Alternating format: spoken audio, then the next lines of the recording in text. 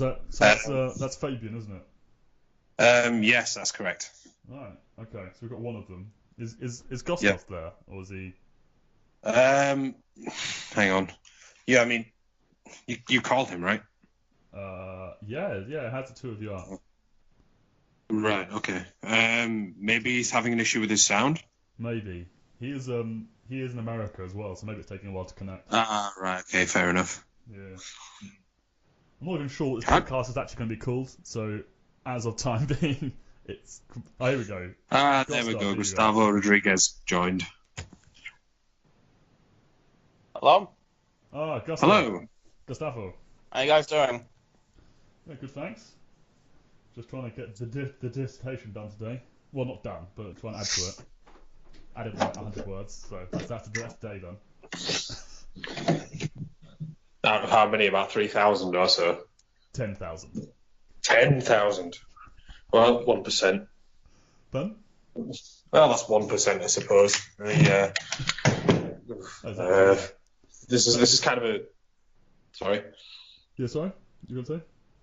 Oh no, this is kind of a new thing. Like I'm not sure how my voice is coming up.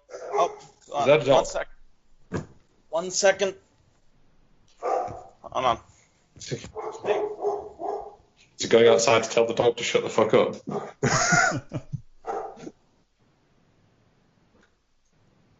Yeah, so I'm not entirely sure what we're actually going to call the podcast. I'll come up with a name at some other point. I don't know. Has anyone actually got any suggestions? Any like funny names? Oh, like some kind of wordplay. Yeah. I mean, I was kind of entirely doing this on the fly at a day's notice, so I'm not really sure, but I'll come up with an appropriate pun. Maybe 3 or 4 different suggestions next time. Yeah, It's very much experiment. I'm sorry about that. Experimental. I'll try and think of something funny, but I can only think of something formal. I can think of, because I'm based in Oxford, I was thinking like Oxford Talks, but then that sounds like so formal. But, I don't know. True. I'm not really sure if it's going to be that formal. But, No, is everyone ready to then sort of like for the discussion then? Yeah, I'm ready. absolutely. Excellent. I'm ready. Excellent.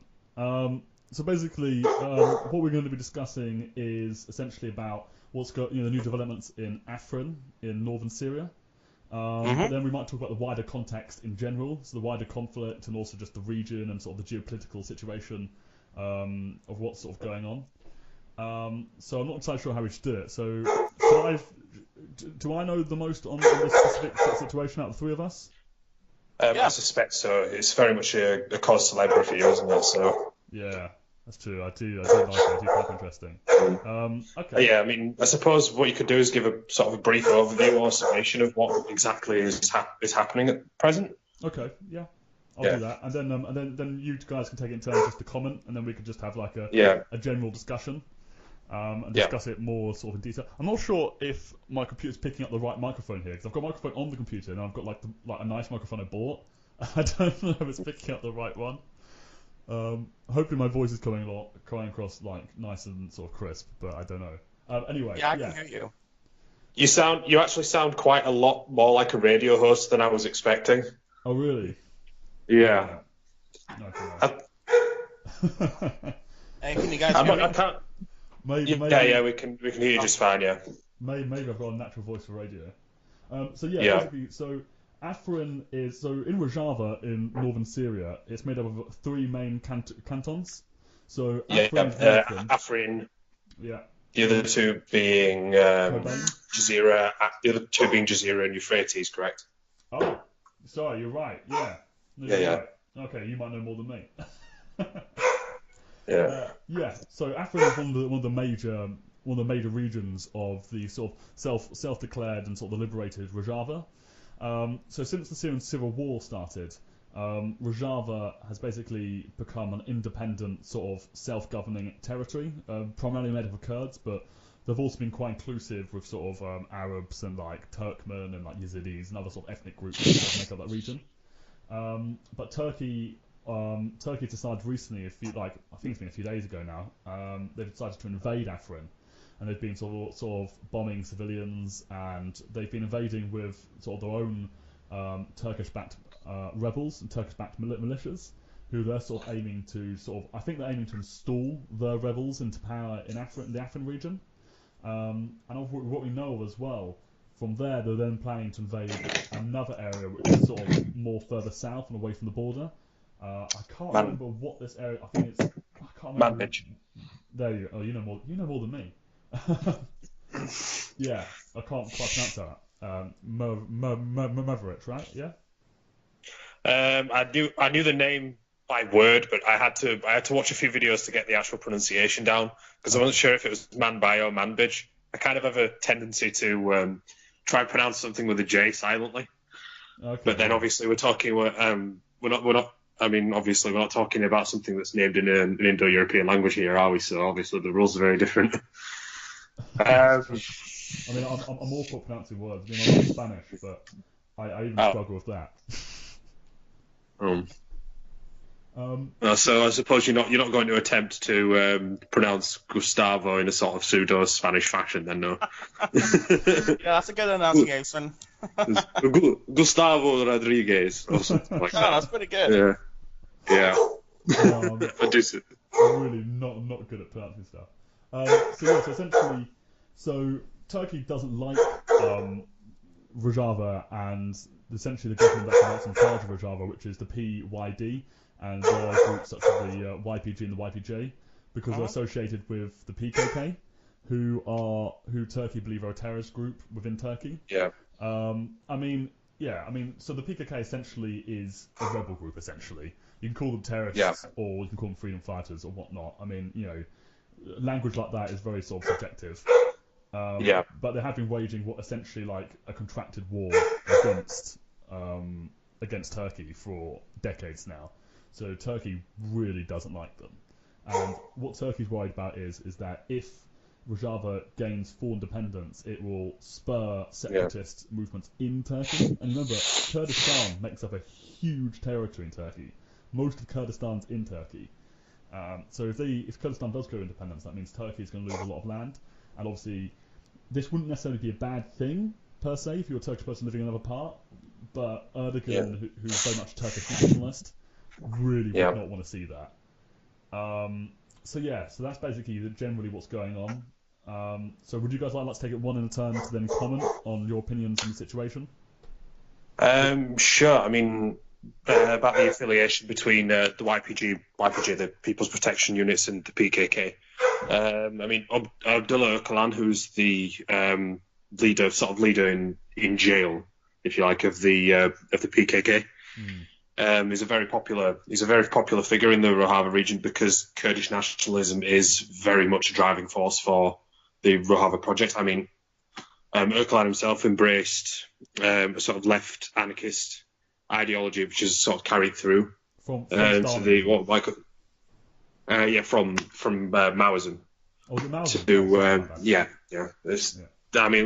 I mean, the differences are they're fairly close and they're often associated with one another. I mean, if one mentions Stalin in a conversation, talking about Mao isn't necessarily that far away because of the sort of the image that both project. But what was I saying now? I mean, Öcalan turned to a sort of left anarchist ideology, which the government of the Rojava region kind of also embraces. And I mean for that reason, because ideologically they're similar, and because Öcalan is a very popular figure in Rojava itself, that means that therefore the PKK and the governing parties in Rojava itself are therefore affiliated with another. Yeah, the PYD. Yeah, I couldn't remember the name. I'm not very good with acronyms. I've been reading a book on the Spanish Civil War recently, and there's so many different sort of militia groups that it's hard to actually remember them all. Like the only one I can actually remember was the POOM, and that's simply because George Orwell was in it, and therefore he mentioned it a lot in his book. No, there are a lot of militias, in the Spanish Civil War. I mean, there's a sort of I think it's quite easy to draw parallels between these two conflicts in some ways, because the Syrian civil war has become something of a cause célèbre for the socialist left. Yeah, no, absolutely. I mean, so many of the international left have like actually been drawing like similarities and sort of saying this is basically the Spanish Civil War of our century, and like so many of like the militias set up by like international socialists have taken direct inspiration from other international Spanish militias in the Spanish Civil War. Yeah. So yeah. I mean, there is a significant difference in that, of course, in the Spanish Civil War, they were actually fighting to save the government from an insurgency of reactionaries led by Franco. Whereas in this situation, it's people have risen up against the government, and now you've got a multitude of rebel factions fighting against the government, being backed by various parties such as like the Turkish and the United States and Russia, for example. And that's one thing that's different. I think. Whereas, I think that most people.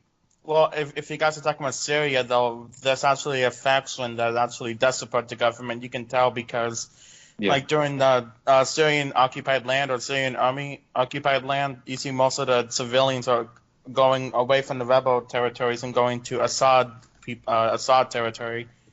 I think you can definitely see that with Russian troops starting to leave, as well as the peace starts to stabilize. Which is why you also see Iran is also becoming a hot issue with what do you call it? With the new protest or student movement, whatever you call it. You can tell because the protests in Iran have actually been generally more sort of in the industrial areas and the working class areas. It's more sort of ex-trade union sort of areas that have been rising up, which is quite different in Iranian history. Normally those areas are actually quite pro-government. But yeah, sorry, going back to what you're saying. Oh no, definitely. That's actually a really good point because part of it was that it's about the economic sanctions, which is also was not discussed in the U.S. media, and that what the media is trying to say is because they're upset with the government, but instead it's more about economics and not actual politics. Because if you compare, let's say, Saudi Arabia to Iran, it's actually really how do you say? I don't want to say progressive, but yeah, I think we do highlight countries that don't, kind of obey U.S. law and kind of do what they want. So I think, what do you think?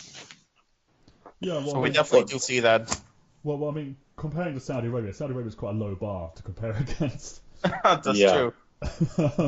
But I do know what you mean a little bit. Like the progressive elements aren't shown as much in sort of UK and US media, but then Iran is more sort of it's still I feel like economics is still very sort of political, but yeah, the protests are largely against sort of neoliberal reforms and like the sort of collapsing economy. It's sparked by that quite a bit, yeah. Yep.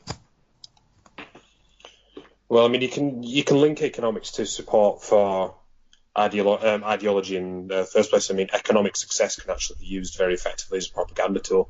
I mean, in Nazi Germany, for example, there wasn't really much support for anti-Semitic policy when Hitler came to power. He was simply considered the less of two evils. They figured a Nazi revolution would be preferable to a communist one, at least among the middle and ruling classes, anyway. But as the economic recovery gathered pace, the regime could then say, well, you see, our ideology has borne this fruit, and therefore, and for that reason, I mean, people tended to protest far less about anti-Semitic policies, which were then introduced to Germany. They started to believe that, well, okay, this is down to the loss of influence of the Jews. For example, you see what I mean? It can be sort of parlayed into an ideological argument. It's kind of it's very. I noticed that Iran and Venezuela are kind of demonized in the same way, even though, like, one's an Islamic republic, I believe, and the other one's a social democrat, but semi-capitalist, semi-socialist, depending.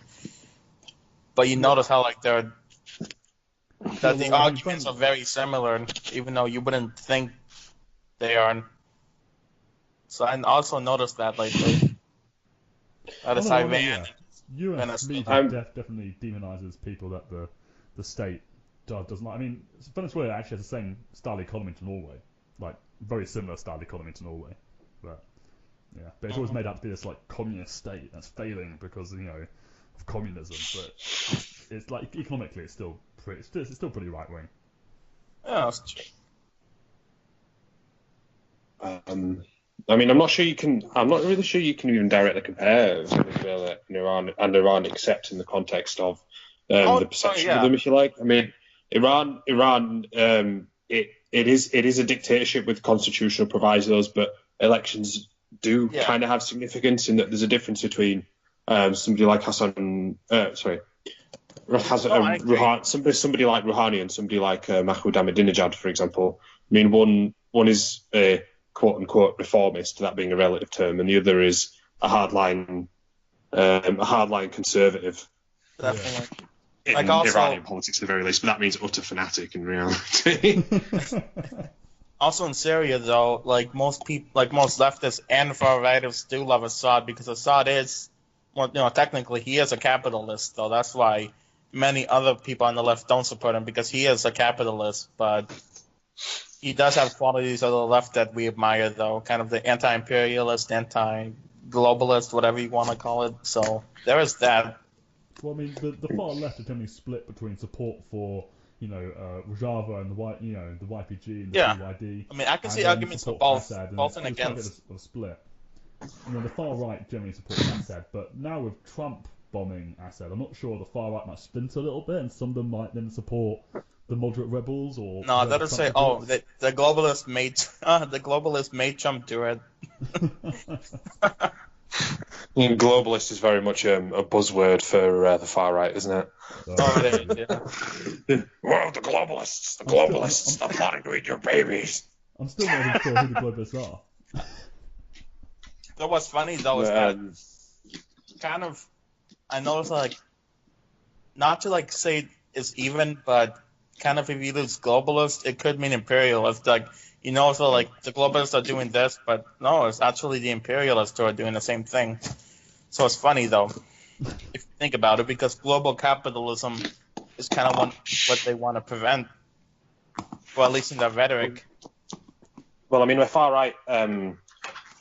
For somebody on the far right, globalist actually means basically anybody who isn't a nationalist, and anybody who isn't a nationalist is therefore supporting this vague international conspiracy to control X, Y, Z, which it kind of the sort of vague similarities between that and old anti-Semitic conspiracies from the previous century. I mean, you just have to insert words like Zionist and Rothschild and stuff into it, and it's more or less just a mutation of the same old conspiracies that you hear from the extreme right about a global conspiracy against whichever nationality they happen to be. Like, we are victims of X, Y, Z, and therefore we need a pushback, and for that we need extreme nationalism.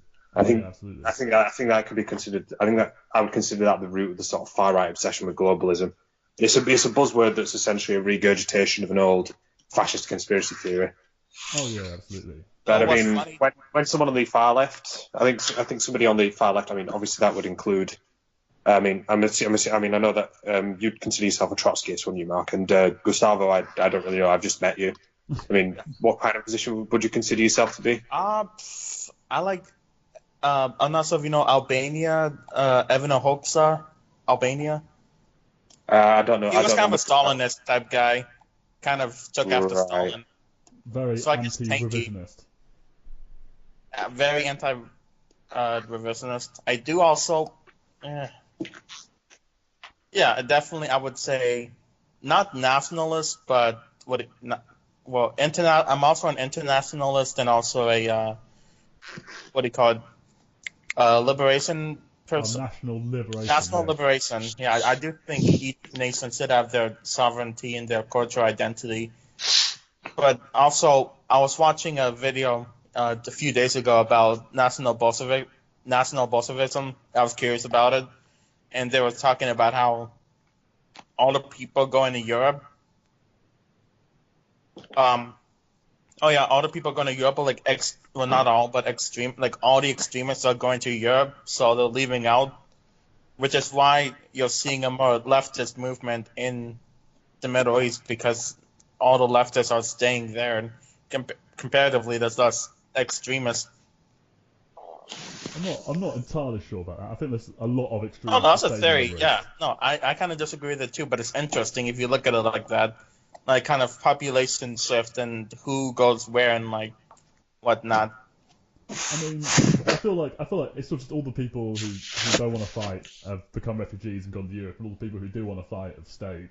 And that just ranges from far leftists to people who are also quite far right. Like I'd say ISIS and Al Qaeda are far right in my opinion, and I feel like that's a pretty good comparison.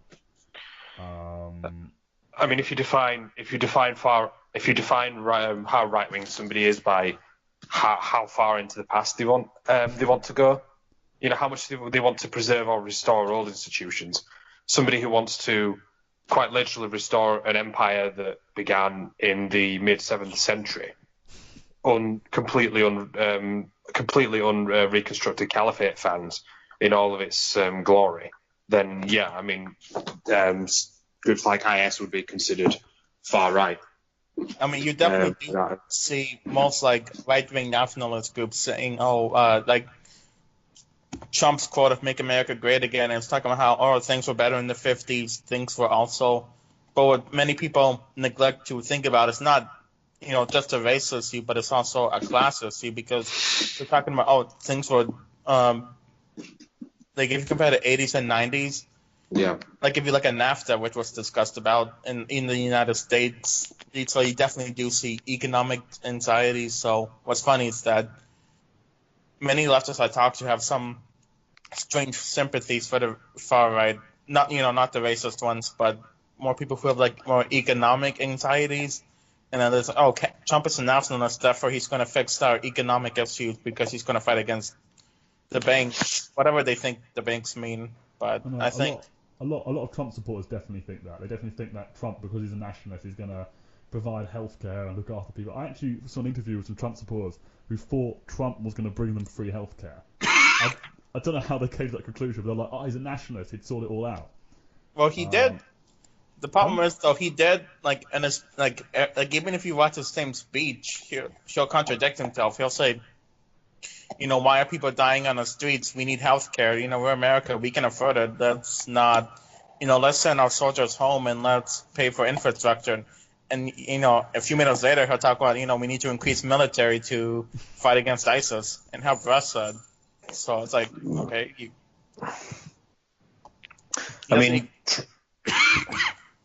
Trying to dissect Trump's politics in terms of like his ideological proclivities is almost a pointless exercise, simply because the guy just doesn't think coherently enough. He's just he's a demagogue who will say literally anything that he thinks will stir up anger and get him elected. Or anything that he thinks will be popular amongst his base, he'll do. I mean, for example, he's forged a political alliance with evangelicals, like the sort of extreme Christian right. But the guy himself clearly doesn't give a damn about any of that. I mean, a decade ago he was pro-abortion. I'd be willing to make a decent bet that the guy's an atheist. I would. Yeah, probably. But I think something like that, I'd be willing to make a decent bet that he's a non-believer. But at the same time, he's allying himself with people who are not far short of theocrats. I mean, like his vice president Mike Pence, for example. Well, is it people who they not only regard abortion as murder, they regard homosexuality as sinful and something to be, the usual sort of right wing Christian bugbears, and it's and he. That's one of the reasons I fear Trump less than some people do, simply because even though he's an authoritarian demagogue, I don't think he's capable enough of like translating that into authoritarian rule. I just don't think he's got the political capability to do it. He's not shrewd enough. Apparently it's Mike Pence who actually pulls all the strings, and he's the one who actually makes all decisions of what policies they're going to push and all that. Yeah. Apparently Trump's just like a yes man. He's just like, okay, Pence says, we'll do this, and Trump's like, okay, yeah, all right. Although he wields the power, I could see him as being a very easily suggestible person. All you have to do is basically inform him about something, stroke his ego a little bit, and then he'll do it. I could imagine him being that kind of person. Like you just butter him up, and then I mean, I think it might be worth. Have either of you read the book that came out recently, Fire and Fury? I have No, not. I heard about it though. I heard that basically that I'm not sure if it's in the book or not, but I hear that basically when things have to be explained to him, there has to be like kind of pictures and graphs and everything for like each meeting. No joke. It has to be like kind of like graphs and pictures so he understands it. Yes. Is this the book that's released against his will? The one he's trying to get banned? Yeah. I mean, he tried to sue for libel, but he was ridiculed for it, and that's not going to happen. So they're just reduced to saying that it's just salacious tabloid nonsense and all the rest of it. And I mean some of the claims in the book. I mean, if most of it is true, things are even worse than we thought. I mean, probably the worst thing, the worst claim made in the book is that Trump is actually he's suffering from dementia, and it's advanced enough that he didn't know who John Boehner was. Oh. He didn't know who John Boehner was. It's worrying, yeah. But then, I mean, the issue is I've got with all the people who want to impeach him is that if you impeach him, he's just going to get replaced by Mike Pence, and Mike Pence isn't much better. Like, it's not going to change anything. But I mean, if he has dementia though, he'll get impeached. I mean, surely they'll have protocols in place for that.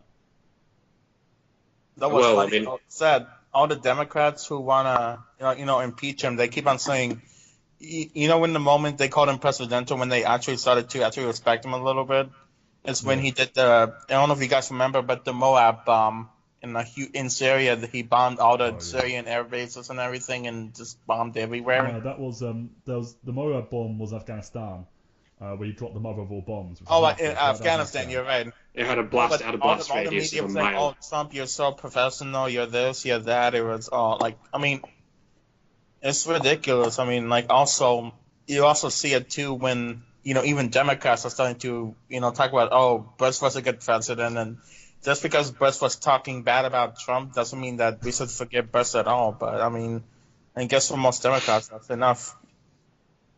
Or praising John McCain for. Oh yeah, they do that. John McCain, lionizing Bush and McCain too. Like if you don't, despite his very checkered political history. Yeah. Sorry, he. I mean, I don't under. I mean, the thing. I mean, it's another way which, what Trump says is almost utterly meaningless. I mean, he took an isolationist tack during the election. I mean, he continually attacked both parties over Iraq, and insisted he was implacably opposed to it from the beginning, despite footage existing of him saying that he was in favour of the Iraq War. I've seen that. But insisting that 2 + 2 = 5, of course.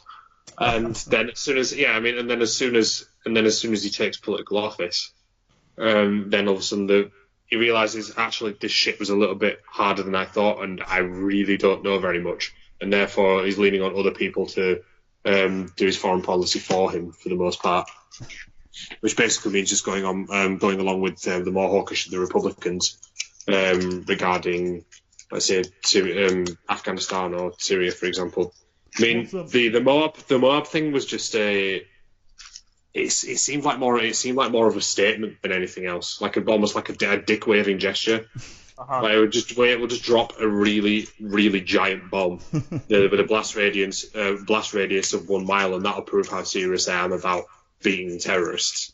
And bombing terrorists, yeah. I mean, you definitely also see that when Trump is always constantly threatening war with the DPRK and on Twitter, saying, fire and fury, what the book was named after, that famous comment. So you definitely do see that it's his ego that's driving him mostly. I want to one up, man. I'm the bigger man.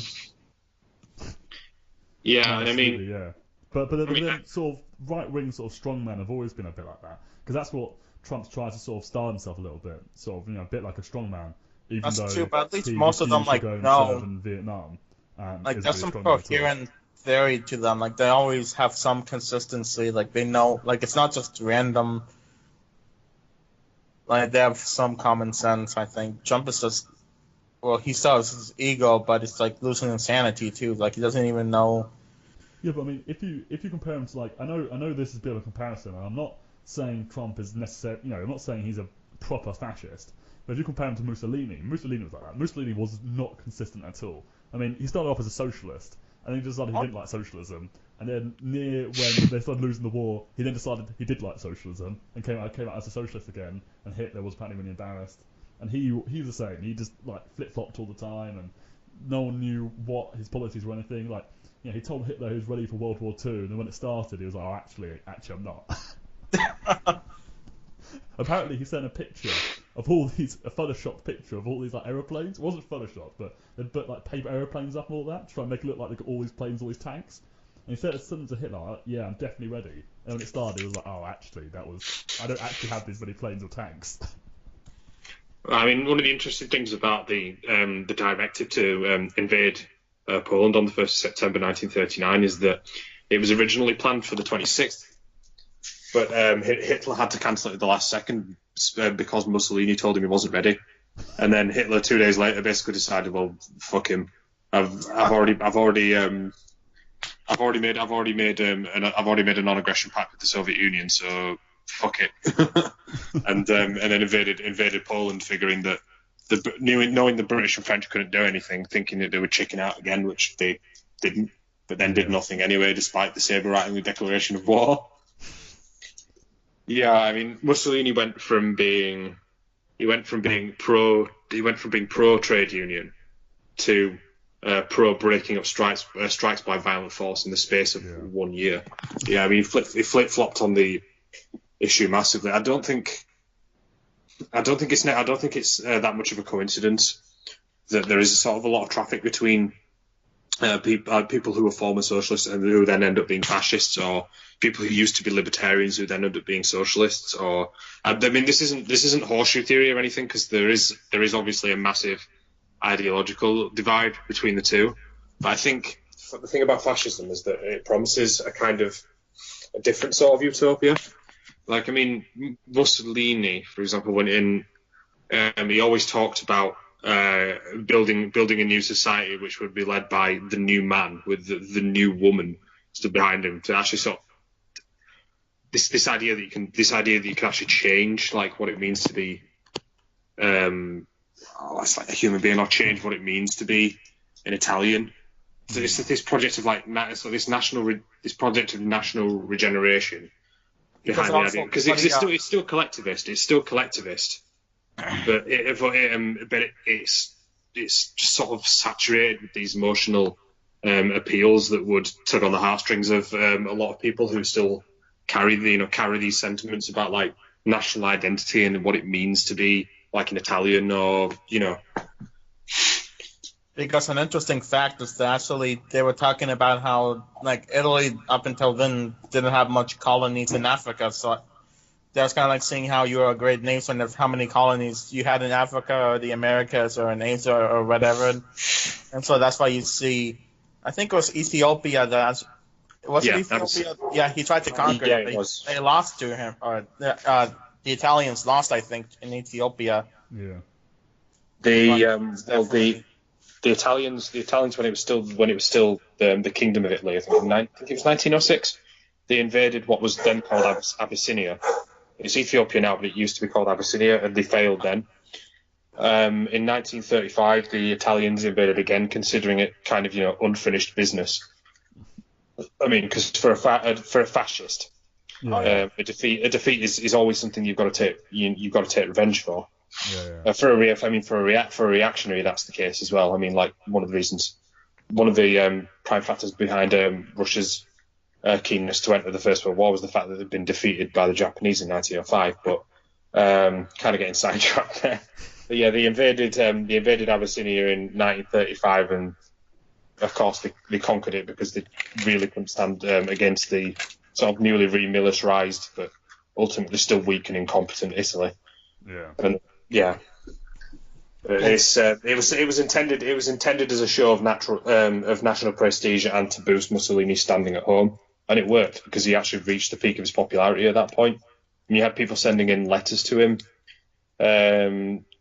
venerating him as the saint should be venerated and stuff like that. I mean, that's a quote. I think that's a quotation from an actual letter that was sent to him, but I couldn't give you the actual details. Well, I mean, his popularity was everywhere because sometimes he was quite popular, but then in the end he wasn't killed by like an invading American army or an invading British army. Yeah, he was killed by Italian partisans. People, yeah. Apparently he sent a letter to Hitler a few days before he died, saying that the communist and socialist and anti-fascist uprising was completely squashed. They'd been completely wiped out. And a few days later, he was lynched and executed by the exact same people he said no longer existed. Yeah. Well, I think he probably got that. He probably got the impression from the fact that more partisans were killed than fascist fighters, but that doesn't necessarily count for anything. I mean, because there could just be way more partisans. Yeah. But getting back to like the Middle East. I was going to say we kind of got heavily sidetracked there, didn't we? Heavily sidetracked. What exactly are like your guys' opinions on sort of the geopolitical situation and sort of how like what we should do in Britain and what we should convince our governments to do in regard to Afrin and in regard to the situation in general in the geopolitical situation of the Syrian civil war in general? Do you guys think we should completely retract? Do you guys think we should completely retract all support from Rojava, or we should completely retract ourselves completely from the Syrian conflict, or we should invade? I mean, those are two complete ends of the spectrum. I understand. There's a big middle ground there. What exactly are your opinions on that? I'll let Gustavo go first. Oh, yeah. Thanks. So, I live in the United States, but I think definitely, it's not realistic, but what I think we should do is I think we should, like, basically do nothing, because we know that if Trump has any connections to us, this is a big if. If he does, I would say let Russia handle it, because, I mean, it's a no-win situation, in my opinion, because if Turkey does invade, then that's taking land from Kurdistan and Syria, which Turkey, quote-unquote, promised to get back to Assad, but it's no guaranteed. So that's, like, my big concern is that if Iran and Syria both lose land, which could also be beneficial to the Americans too, because that's what they're trying to destabilize Assad. So I definitely am worried about that, to make sure that the Syrian government is still intact. I mean, I think it's.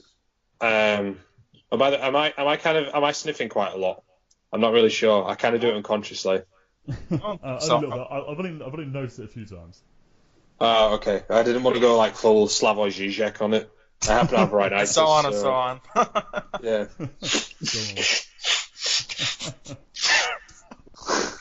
I think it's a very very difficult situation, because I mean, obviously there's sort of two main factions of rebels, and then there's the government, and then there's the outside forces that are all trying to influence the conflict and want different conclusions. I mean, you've got the Turks.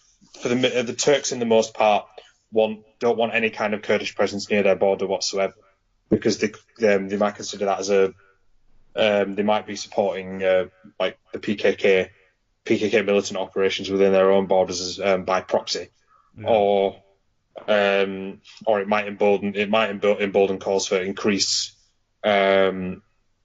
civil rights for Kurds within Turkey itself. Then you've got the Assad regime, which is essentially fighting for its own survival, and has turned to Russia for its support, because Assad is persona non grata with the Western powers now. And then you've got the way the Western interest itself in Syria. I mean, the US are backing Rojava at the moment because of mainly because of they happen to be the most effective means for defeating IS. But what happens beyond that is unclear, because they know in order to have some kind of they don't want Assad anymore. Partly because it became indefensible to support him, considering how the war began in the first place, and especially now that he's being backed by the Russians. But they know that they need Turkey on side in order to do that, because the main source of funds for the other opposition groups within Syria comes from Turkey. And Saudi Arabia. But then, and Saudi Arabia. But they know that in order to get the Turks to play ball, they can't upset them too much. And the Turks are basically playing a game of chicken here. I mean, by invading Afrin, they're not within the US influence itself, but by invading Manbij, that would be drawing a red line, which would bring them directly into conflict with US-backed forces. And they're essentially playing a game of chicken here because they know that if they have the US on side, they know that the US needs them on side in order to reach a solution. So they figure that perhaps the Americans will appease them in some way, but they'll just let them do this because all they can really do is lame the protest. Yeah. I think the most likely end result is that either the Kurds will be completely sold down the river, and you'll get a situation where Assad retakes control, or you will have a situation where Syria gets partitioned into a region that's backed by Assad, and that's ruled by Assad, and then another new state, which is ruled by sort of rebel groups, whether that be Kurdish groups or other opposition Islamist groups. Well, I don't think there really isn't any kind of ideal outcome, because the place is just far too messy. Syria is essentially fucked.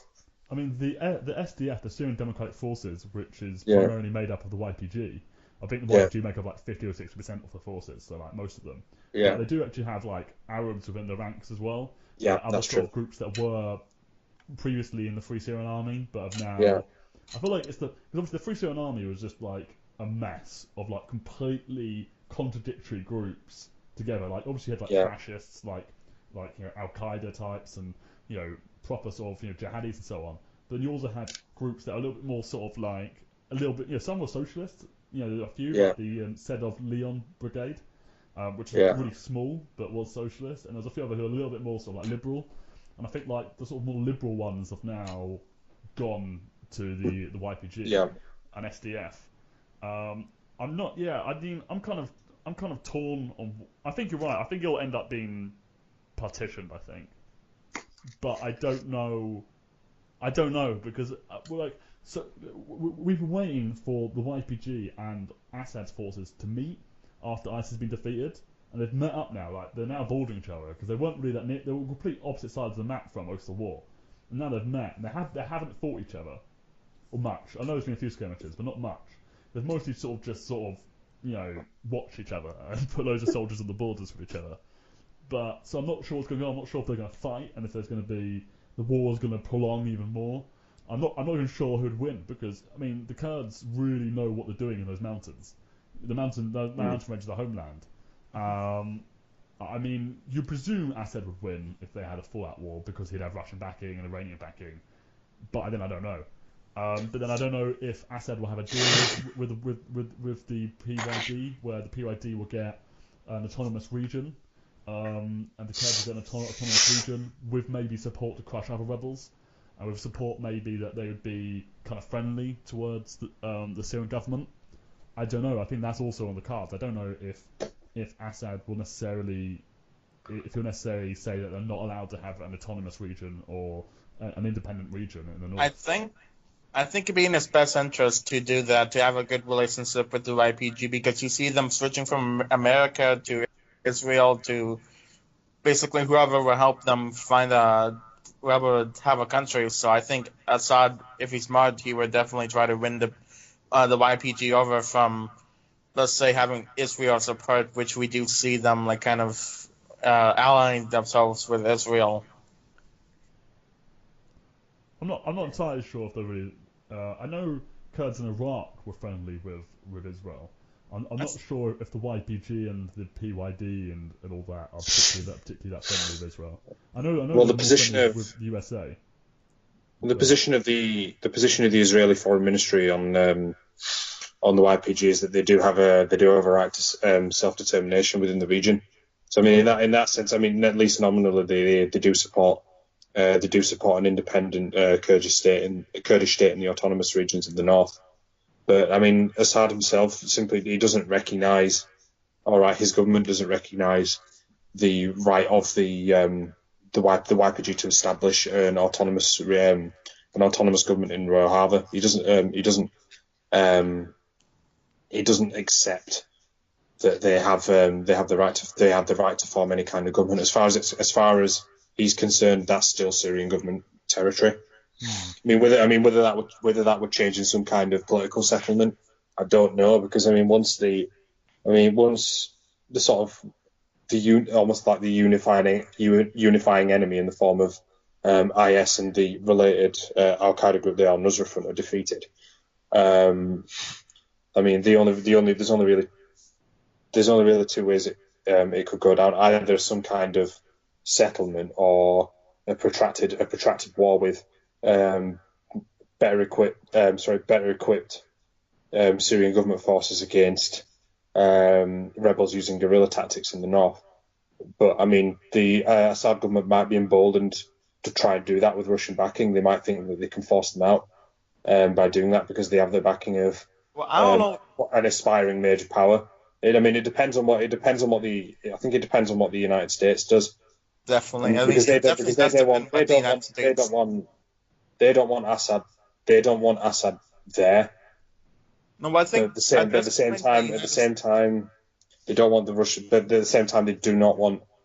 They know that the Russians have essentially inserted themselves into the situation, and that it would mean some kind of, and that any solution would have to mean some kind of accommodation with the Russians, or otherwise some kind of proxy war with them, which is not something that they particularly want to be drawn into because intervention isn't really a popular.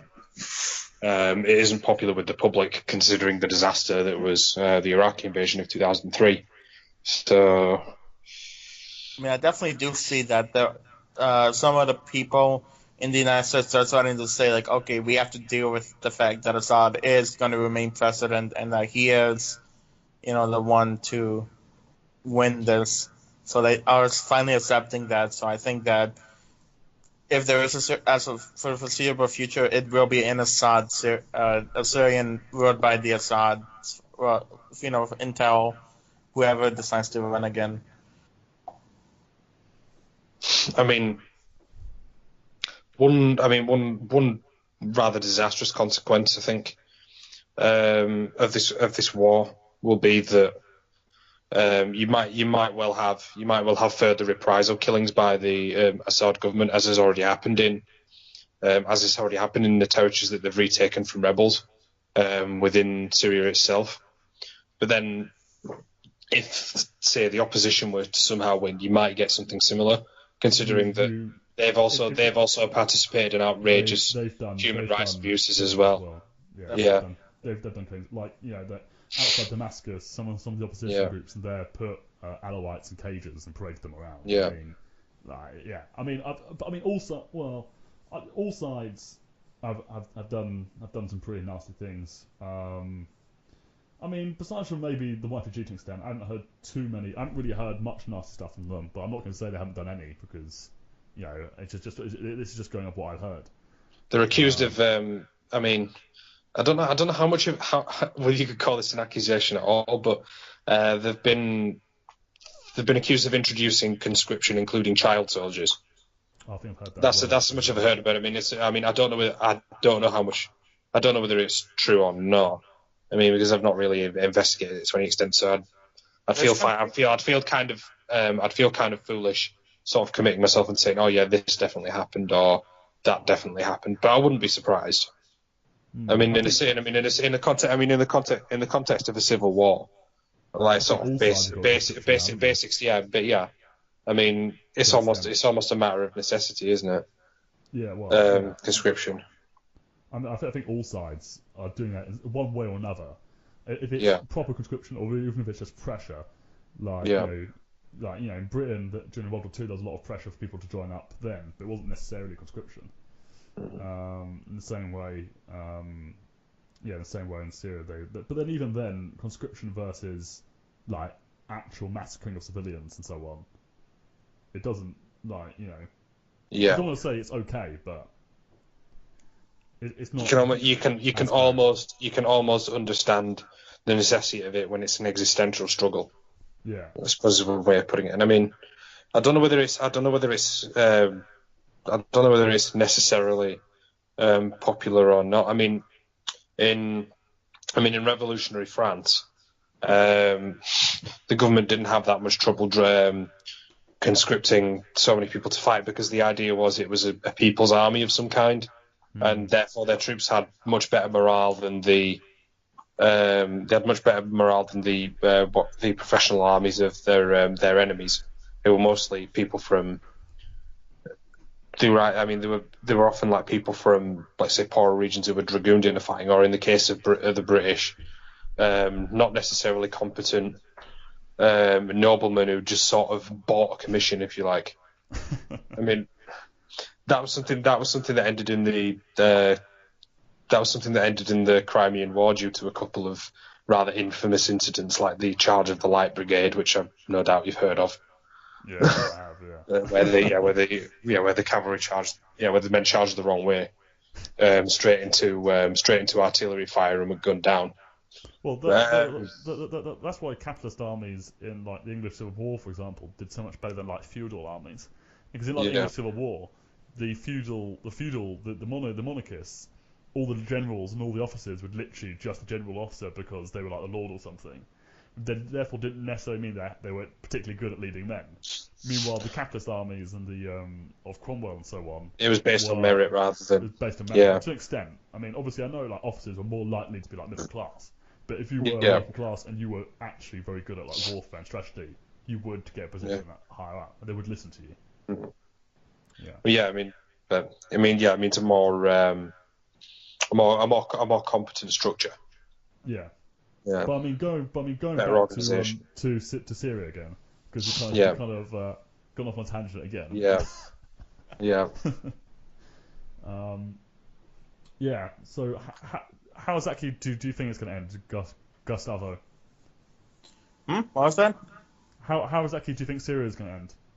Well, I think realistically, it's definitely it's going to be one of those things like I don't want to say North and South Korea type situation, not as extreme, but I definitely do see that the United States will have to give up on Syria pretty soon, because they know that, it's not worth it to, definitely not worth it to have a proxy war with Russia, especially things going on in Eastern Europe, definitely so. They definitely don't want a conflict with Russia.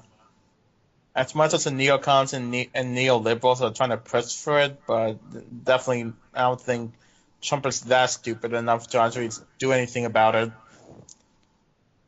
So when you say like a Korean situation, do you mean like partition would go independent?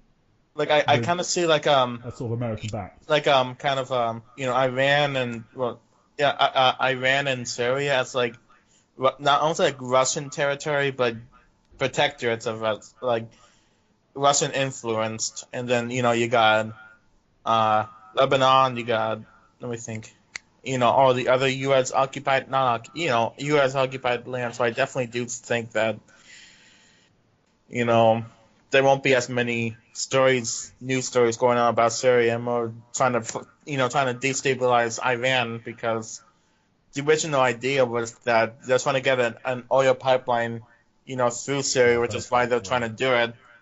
And that's why some people are saying that Russia's helping Syria, because Assad agreed to give Russia the oil. I think the reason why a lot of leftists like to think that Russia is only helping Syria because they're anti-imperialist or whatever, but there's reasons why Russia's helping Syria. It's because there's things that are in there that will benefit.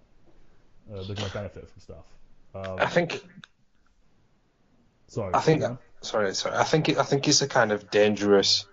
I think it's a dangerous contrarian tendency for someone on the left to say that, oh well, because X is anti-America or X is anti-Europe or X is anti-West, that therefore they're the good guys. If they've got their guns pointed in a certain direction, there must be something good to it.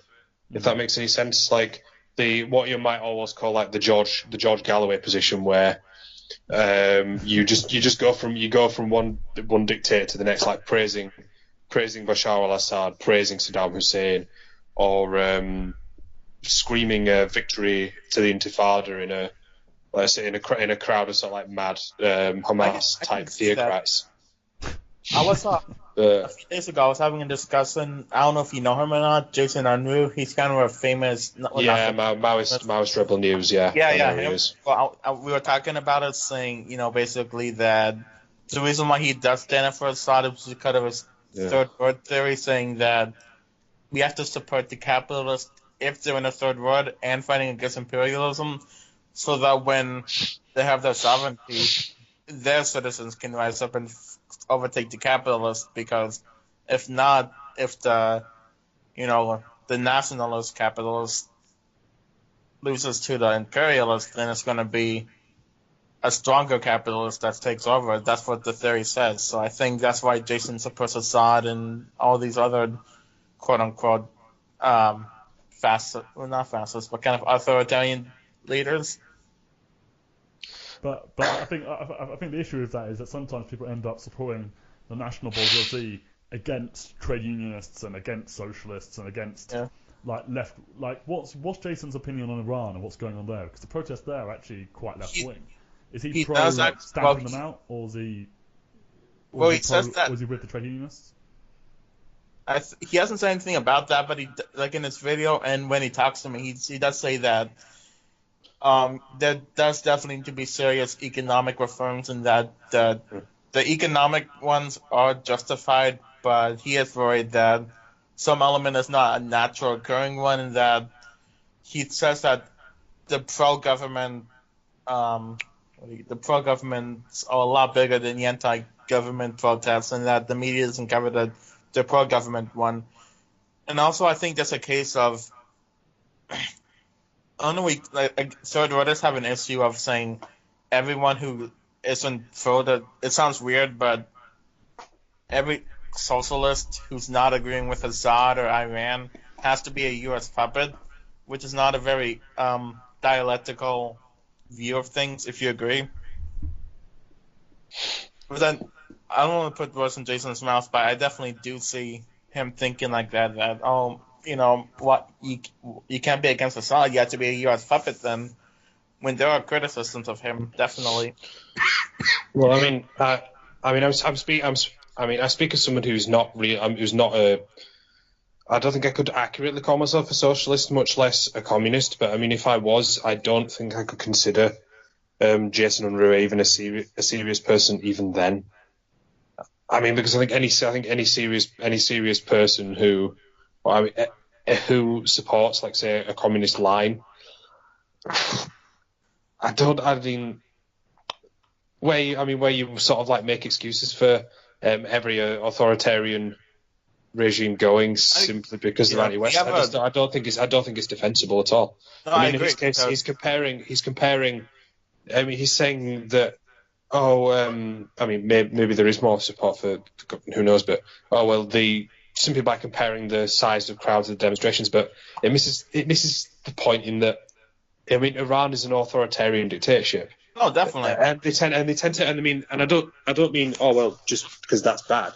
I mean, authoritarian rulers tend to try to manufacture enthusiasm for the regime or project an image of enthusiasm for the regime by mobilizing crowds in the streets themselves.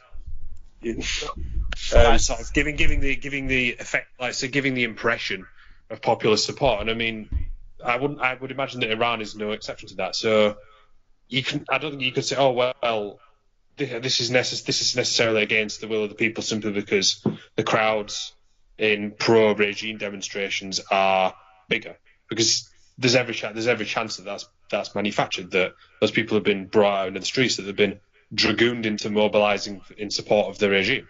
So I think it's just this kind of a very, what's the word? I think it's a very fatuous way of arguing in the regime's favor in quashing these demonstrations. I mean, is he essentially saying that unless revolution follows the path that sort of Marxian dialectic sets out. Well, I think what he's saying therefore is it should be quashed, so you don't have a premature, abortive socialist I just think that revolution or something. I could be wrong, but his theory goes that there's no basically nowhere, but maybe in little pockets of the Middle East, no countries. There's no actual serious socialist movements, actually serious who can actually stand up to a government or could actually form a military that's not a few hundred people. So he's saying, for now, let's support the capitalist bourgeoisie because a realistic socialist revolution is so far away that it'll be kind of helping the capitalists in a strange way. It's a theory that not yet. There's no potential. What he'd actually say is, if you look at European countries, Japan, America, Australia, Canada, those places, they have no revolutionary potential, so that basically only the worst of the worst place can revolt. That's just in regards to there not being a socialist movement in a lot of these third world countries and all that. I mean, but some of them do. For example, Syria and Iran. And I do agree with sort of Jason and your position as well, Gustavo, on some of the third world countries in regards to liberal revolutions. And when people are talking about USSR, people are like, the protesters and the anti-government people are all liberals. They're going to bring about a liberal democracy. And you get some people talking about the Arab Spring, they're all liberals, they're all going to bring liberal democracies and all that. When actually this never happened, and a lot of them became reactionary states. For example, modern Russia today, and Libya and so on, where every faction is reactionary and ultra conservative and quite nasty. I think you have to look at who the opposition to the state is. I agree. The opposition is left wing and progressive. For example, I'd argue the YPG or some factions of the Iranian protesters. I'm not going to say all the protesters in Iran are like that. I think that's a very quick reaction of third worlders to say anything against the government has to be a U.S. conspiracy. I really don't want to compare Jason to Alex Jones because he's not even close. But in a way, it's basically U.S. government has to be U.S. government no matter what. Don't look at it as U.S. government. In that one manner, I do have to disagree with him, but I do see kind of a conspiracy theorist that said, not even studying the dialectical materialism and seeing why is there a revolution, what do they stand for, what are their politics, even though Jason would definitely be closer to the YPG than to Assad. If he could choose who would run the country, he would definitely pick the YPG in terms of politics. The YPG are anarchists, though, aren't they? Whereas, Jason Roux is, he's essentially an unrepentant apologist for, say, Joseph Stalin and Mao. If it came down, I really don't think he would back an Islamic capitalist. Basically, he is a Muslim capitalist, so I really don't see Jason over. Yeah, but a lot of Maoists and sort of authoritarian communists and socialists have gone to Rojava to support the YPG and fight for them. A lot of Turkish ones and so on, the MLKP and so on. So it's not necessary. So it's more of quite even though Rojava and sort of the PYD and all that are more libertarian and more anarchist, there's still quite a united front of support from the pan-leftist movement. There are other Maoists and sort of Stalinists and sort of authoritarian socialists who actually support them regardless, because the difference in opinion with anarchists is generally that they don't believe that anarchism has the capability to defeat capitalist forces, to actually establish an anarchist or a libertarian country. But if they actually do succeed to do that, then Stalinists and in theory anyway, Stalinists and authoritarian socialists and communists then actually wouldn't have an issue. It's only that they don't think that the methods will actually succeed. Mm-hmm. So it's Go ahead. So it's kind of like the objection of most sane people to libertarianism, then. Well, yeah. The idea that libertarianism. I mean, for a libertarian, yeah, right. I mean, I'm talking specifically about right-wing libertarianism, which is how it's kind of used in common parlance now. But Yeah. I mean, the idea is that somehow power is just something the state has, and if we minimise the state, therefore we sort of disperse all that power. We abolish the notion of power, and therefore we can have a sort of more democratic society by putting power in the hands of the people or whatever. And then I don't think they want a democratic society. I mean, well, no, I mean that, on paper, a lot of them do. I'm not talking about people who have no illusions about what shrinking the state down to like no size really means, and they openly call themselves feudalists. I'm not talking about those people. People like, I mean, not people like the Mercers or the Koch brothers or anybody like that. The sort of the wealthy backers of, say, Cato sorry, hang on. Yeah, I'm not talking about like the wealthy backers of Cato or Learn Liberty or anything like that. I'm talking about, say, some like a university student or someone you might know, or somebody who's of a working or middle class persuasion who might think, yeah, well, government bad, and therefore, I mean, if we shrink the government, yeah. But I mean, it's cute that they kind of want to get rid of power, but it doesn't work that way. I'm not sure if some of them do. I think some of them actually accumulates. secretly support dictatorship. I think some of them actually deep down actually support that. They like the idea of people not having democracy. Yeah, I mean the really extreme ones, the ones who really know, they know what air quotes libertarianism really leads to. The ones who know what they're really getting by shrinking the state, which is oligarchy. Well, because I mean, it's because just you about put power in, dictatorship, isn't it?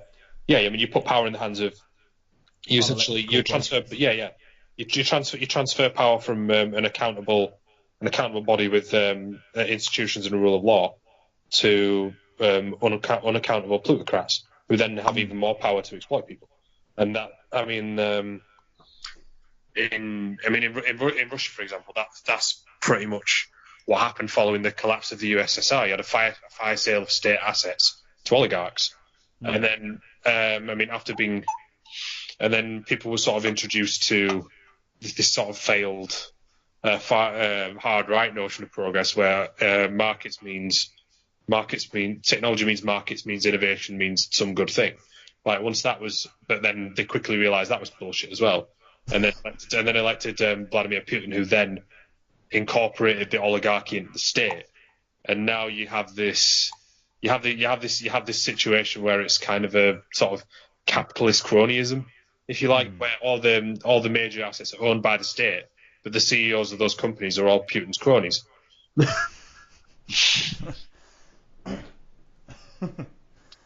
Yeah. I mean, and to that end, they expand their. I mean, the real aim of that regime is to expand the business interests of the people who really run it abroad.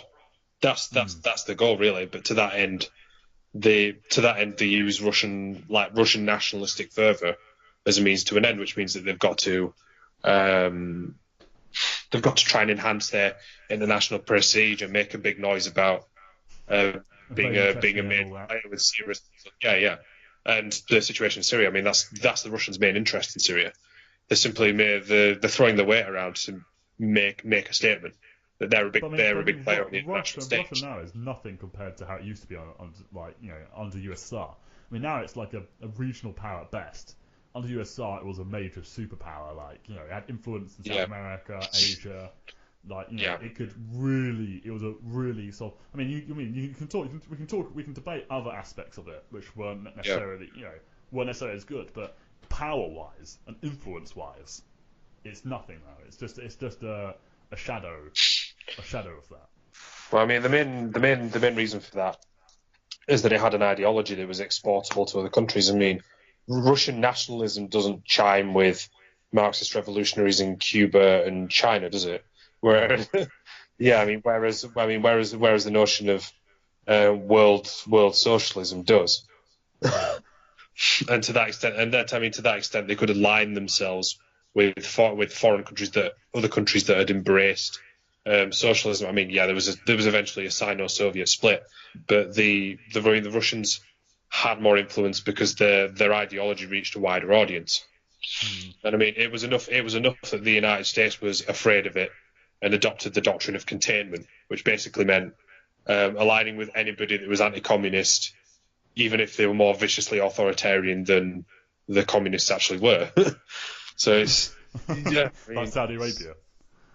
Well, like and like Pol Pot as well, who was apparently a communist but was supported by the CIA and was eventually defeated by communist Vietnam. But I mean the carpet bombing of Cambodia. I mean, it helped to give his side a decisive advantage in the civil war that was occurring there.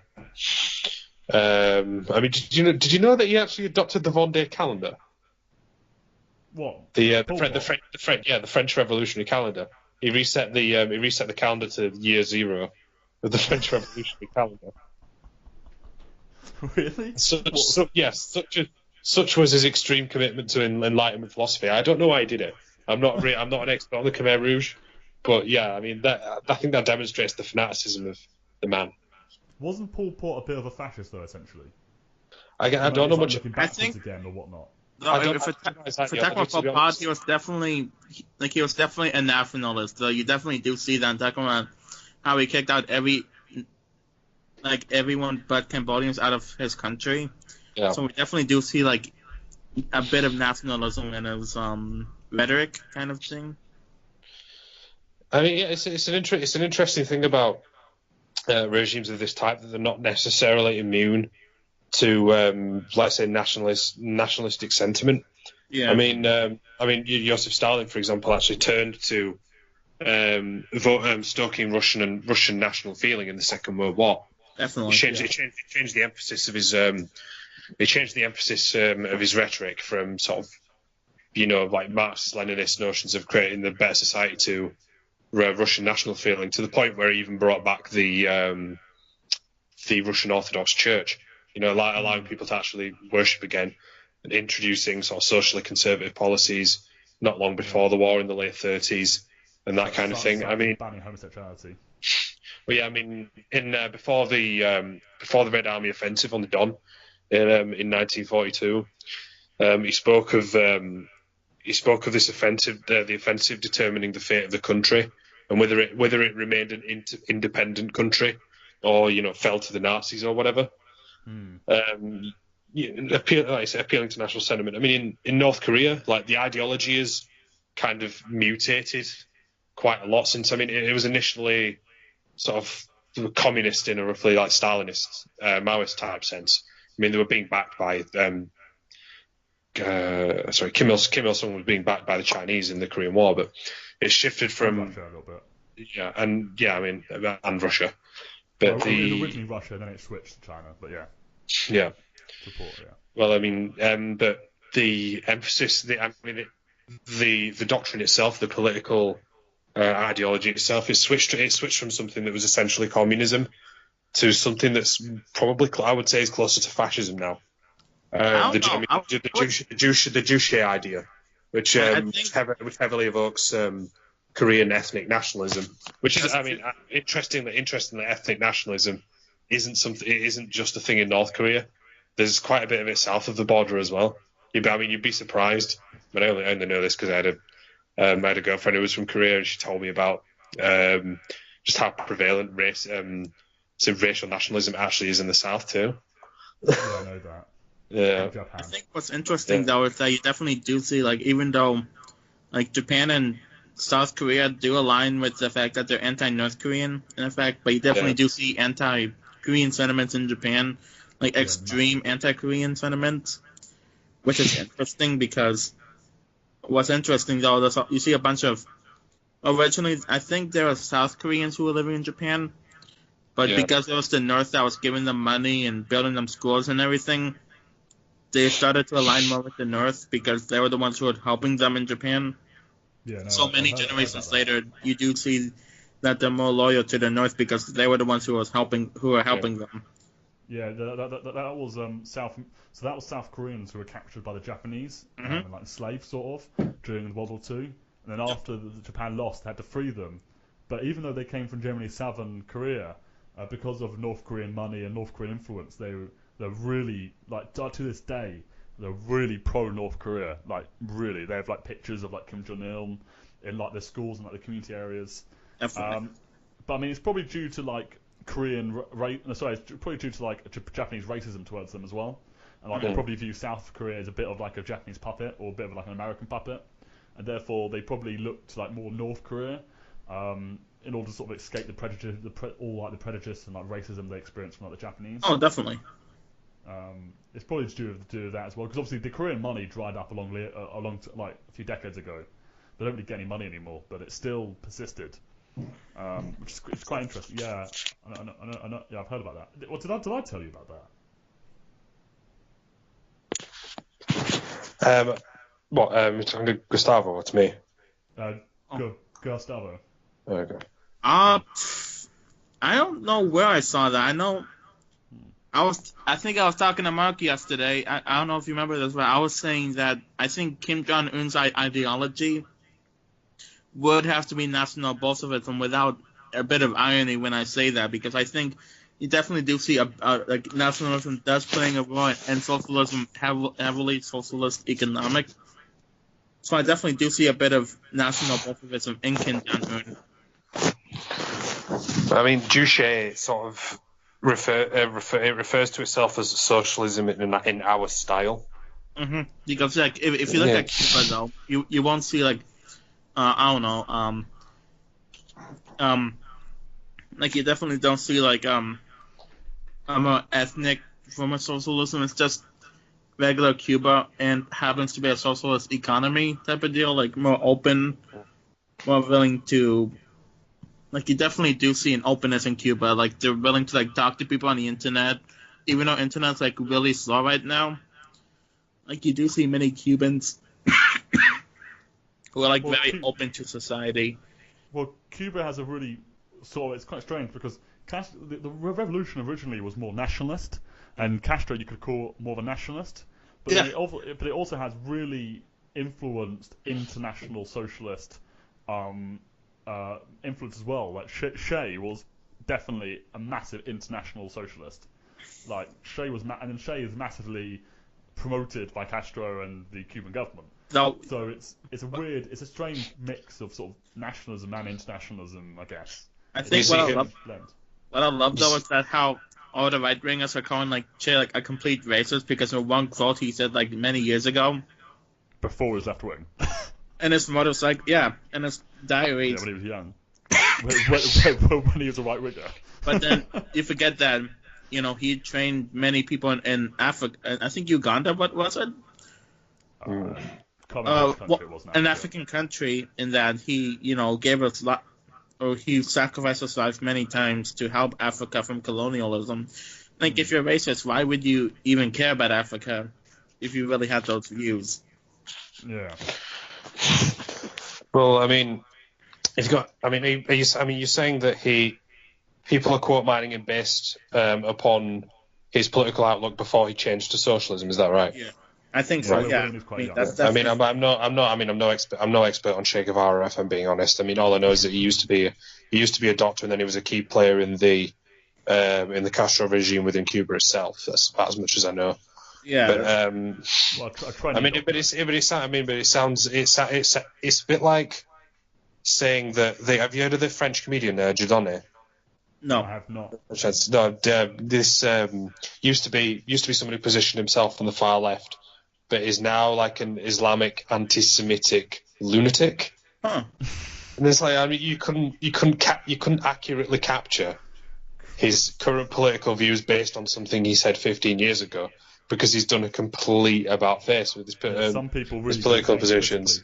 Yeah, I mean, I know people who were sort of like right wing when they were teenagers at school before you really knew anything, and now are like ardent Corbynites. So, I mean, that's not quite as extreme. That's not quite as extreme a change as going from far left to far right, like doing a Mussolini or something like that. But.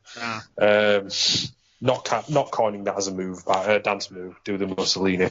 Which, I mean, actually does sound quite... Yeah, bad joke. No, I think like people's views can... I mean, I changed. I used to be more sort of conservative and more right wing, and then went over more to the left. And maybe I'll change again. Maybe, and I think I have changed. Even within the left, I've changed. I've gone from more being a Stalinist or social democrat to more sort of Trotskyism and maybe more sort of libertarian sort of socialism. Right. And I think everyone sort of changes their views. Like even you two. Surely your views when you were 18 or 16 or 15 completely different to how your views are now. When I was 18 years old, I agreed with Nick. I don't know if Gustavo will get that reference or not. Who? Nick? Nick Clegg, the leader of the Liberal Democrats. I agree. I was a bit worried then. I thought you meant Nick Griffin. I was really worried. No. I mean, the ideology of the BNP is kind of bizarre. I mean, I know it's like a strange mix of like quasi Nazi, sort of nationalist ethnic nationalism with economic policy that could almost be considered like quasi communist. It's really, really strange. Well, it's more social democrat than I mean, they don't want a planned economy, but they do want mass nationalisation. Yeah. It's a bit stressed, right, a little bit. But then a lot of fascists say that. A lot of fascists say, oh yeah, we want left-wing economics. But when it comes down to it, I mean, Hitler killed the entire left wing in the Night of the Long Knives. Yeah. But, when it actually came round to it. Well, in the case of the Nazis, it was a strain within the party rather than the main position of the party itself. Because I think, a lot of people with reactionary tendencies in Britain, at least, they tend to support like a combination of very left-wing economic policy, but then very right, except on welfare, and then really right-wing social policies. So it's an unusual combination of the two in that sense, and thus the BNP's appeal is kind of a mix of like socialist policies, but then extreme ethnic nationalism. Well, I mean, whereas with Nazism, the difference is that the whole foundation of the movement was that we were defeated in the First World War because we were stabbed in the back by socialists at home who were controlled by Jews. And socialism and capitalism is a Jewish conspiracy. Both are Jewish conspiracies. Therefore, it wouldn't make any sense for everything. And that's, a Jewish conspiracy, isn't it? Yeah, literally. It would not made everything. So it wouldn't make any sense for Nazis to pursue what might be termed, like socialistic policies. I mean, the Strasserites were only ever useful idiots for Hitler and nothing else.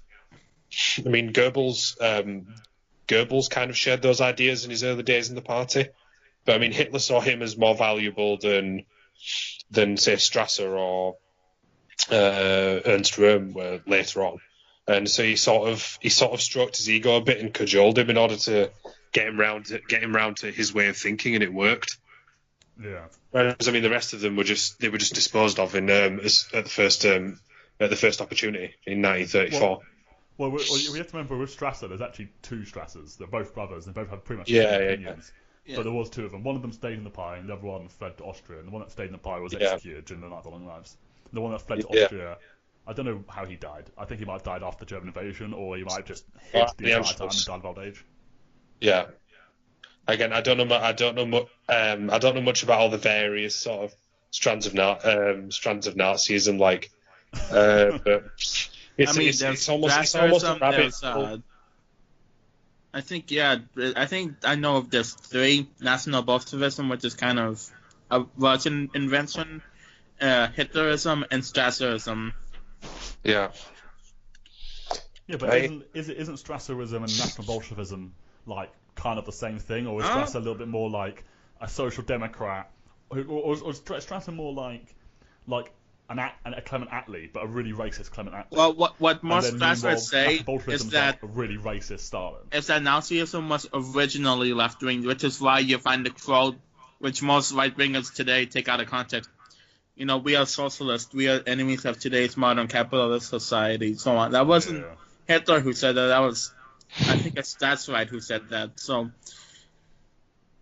and also Hitler came into the party late, and then he decided to purge the original, which is what the Strasserites say. Is that Nazism originally was left wing, and that if we then I'm so much against racism but it's like the capitalist is what they're against. Yeah, I've heard them say that, but then they're still really racist. Oh yeah. Yeah. And the difference with that and national Bolshevism is basically that plus, obviously, you need to make it into more Russian. Like, yeah, I think Bolshevism are important, but definitely have more emphasis on Russia and that we're kind of the superior people and all this because instead of treating all the states as equals, not all, but some Russians decided that they were the ones who should be controlling of all the, all the Eastern European colonies, kind of, with the... Well, isn't basically national Bolshevism like a really weird phenomenon? Because like the far right in a country are normally really anti-communism, really anti-socialism, but then garner back to the old days when the country was really powerful. But in Russia, the good old days when the country was really powerful was when they were communist and socialist. So it's like a weird phenomenon where they've tried to like merge those ideas of like a really powerful Russia like it used to be, Yeah. but then kind of merge it with right wing ideas. I think that's becoming more obscure over the upcoming years because most people say, oh, we want, a strong Orthodox tradition. Not really political as much. Like, they like the politics, but they definitely want to see more traditionalism. Like, they do love the current government, right-wingers do. Yeah, well, it's a right-wing government. That's true. Putin is a right-wing nationalist, yeah. Yes, yeah. I mean, you can definitely see him. Like, there was a Russian band, I forget, it was called Pussy Riot, which was... Yeah, they were... I think the footage still exists of them online being whipped and beaten up by Cossacks when they were demonstrating in the street. Yeah, it's messed up. Yeah, it is. Well, I mean, the thing about... protest and vocal opposition to the government will see you at best harassed by basically harassed by FSB goons, and at worst we'll see you get thrown in jail and come down with a sudden case of beaten to death in prisonitis. So, yeah, make that what you will. I mean, journalists and foreign journalists and embassy employees within Russia itself are routinely sort of harassed by the security services, but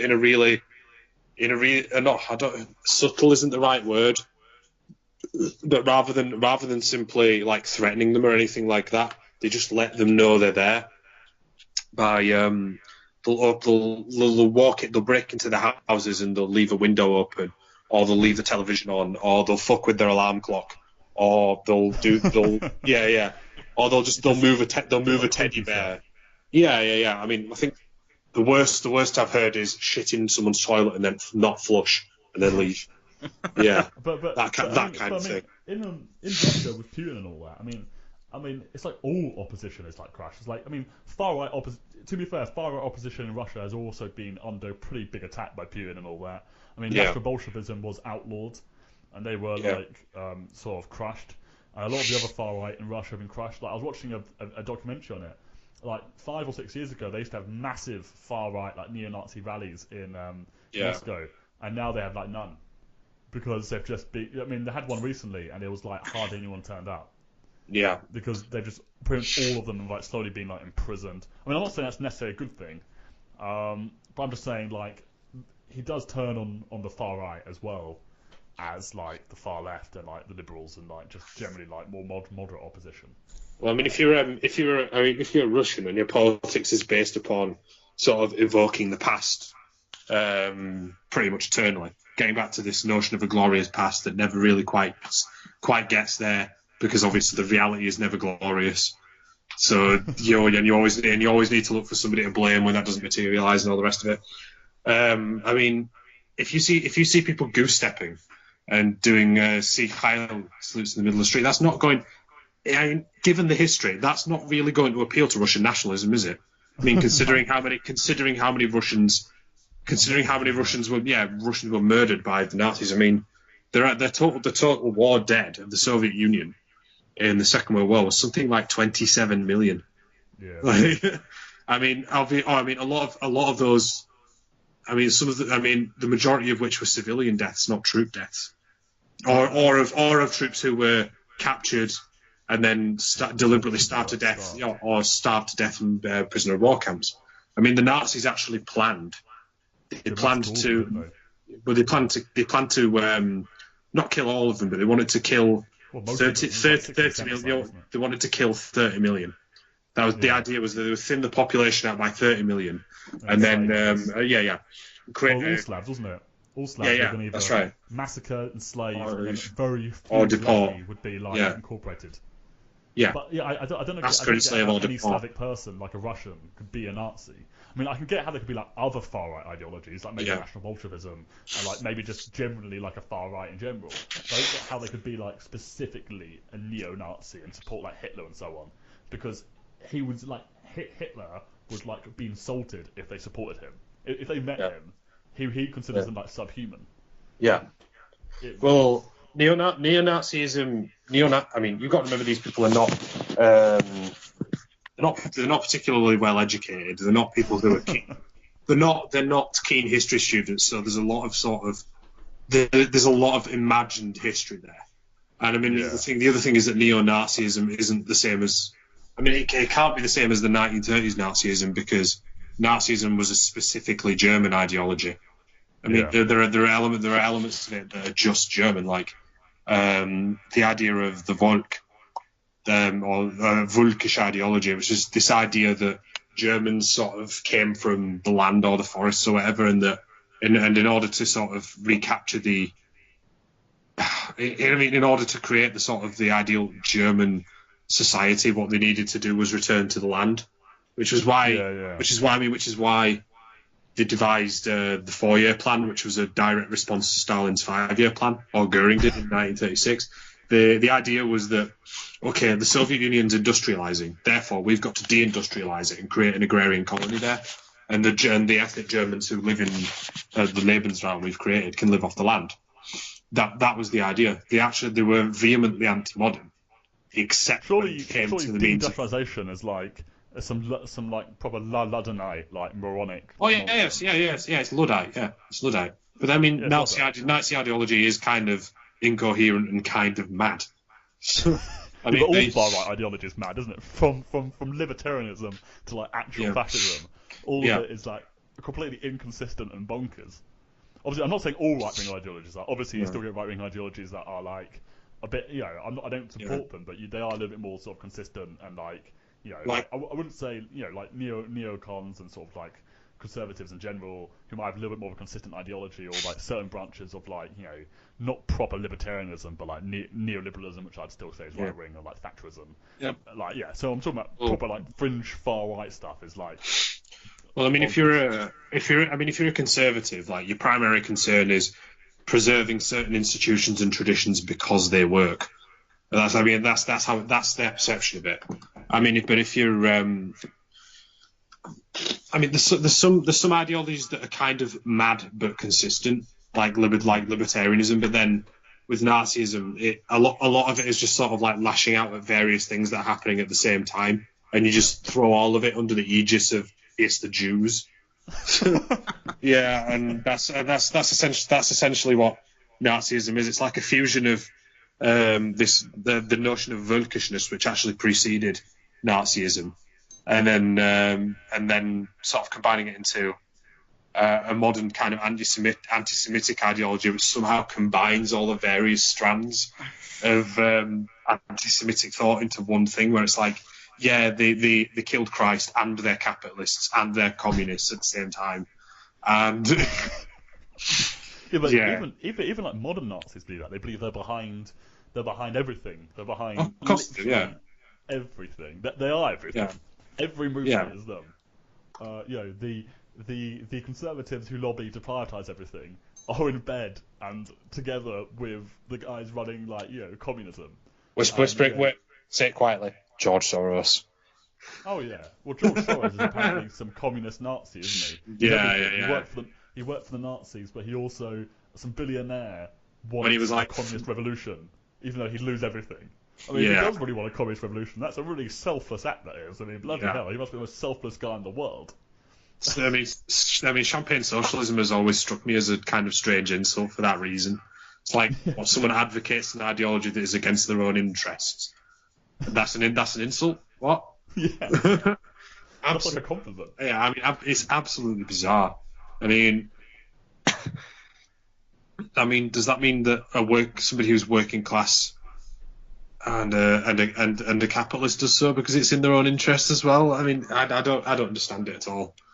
But yeah, I mean, in the case of, I mean, how long has this podcast been going for? It's been going on for about an hour and a half. Yeah. Interesting how far we've actually got on track, isn't it? Yeah, I was thinking we've really sidelined from the original point of discussing the geopolitical situation in Syria, haven't we? I think perhaps in future, like maybe we should, I don't know, maybe we should like plan this out, and then we maybe have like 10 to 15 minute segments on certain topics, and then maybe. I mean, for example, I mean, other podcasts just like have people just like going off on tangents and all that. That's true. I mean, what I'm planning is just doing like various different like podcasts and do like different topics and like maybe structure some differently. So you have like some which are more like spontaneous, like this one. And you have others that are a little bit more sort of like structured, like you said. So like like a proper like debate, maybe we could have more like debates. So like, for example, I mean, you know, we can have debates on like foreign policy and like other stuff because I've got people who want to come on with like vastly different opinions. For example, like you two have like very different opinions, especially in like foreign policy. How would you guys feel about debating kind of the North Korean situation next time? Yeah. Yeah, sure. Could do that. Oh, cool. What, and have like so we have people with different positions on North Korea like debating it. So would you be more like pro North Korea, Gustavo? I'm kind of pro North Korea. Okay, and then Fabian, I'm presuming you're a little bit more anti. A little would be an understatement. I'm vehemently anti-North Korea. I could not be more anti-North Korea. This is gonna be fun. I could not be more anti-North Korea if you marched me into a gulag. Let's put it that way. Go to gulag. Yeah. Okay, well. Yeah, we need a Stalinist game of Monopoly. What? Where every single stop is like either a collectivized farm, or you go gulag. That's it. Yeah. Or you try to put. It's either it's either a state farm or a collective farm, but the joke's on you because the state owns all the land anyway. and then the corners that go to gulag. Hey, don't. But all the other properties. If you lose, there's always a Russian conspiracy. Don't worry about it. Yeah. Just everything on Russia. Oh yeah, everything's always Russia's fault, isn't it? Oh yeah, Fabian, what's the train station? What's your opinion, Fabian, on all like the Democrats and like the liberals and all that blaming Russia for everything? Because obviously you're a little bit more, you're sort of a little bit more towards. I don't want to call you a liberal, but you're more towards liberalism than us do. Yeah. I'm not sure if you'd be a Democrat in America or if you'd be more of a Bernie Sanders or more I don't know what else, or more like a DSA or something. He wouldn't be a Democrat. I would say it's a little bit, not much, but I'd say Green Party definitely. Do you know Jill Stein? I'm not a fan of the Green Party or Jill Stein, to be honest. Okay. I mean, not because of economics or anything like that. It's more because of the anti-science woo that comes out of green movements sometimes, where they say, GMOs are evil, or they might even say vaccines are bad. And I find I find people who say stuff about chemtrails, GMOs, vaccines and stuff like that. Those people need to get to fuck. No, definitely. But they like really do. Economics, would you say that? I mean, like kind of a job creation program in a college and a the Green New Deal. Would you say you would be for that?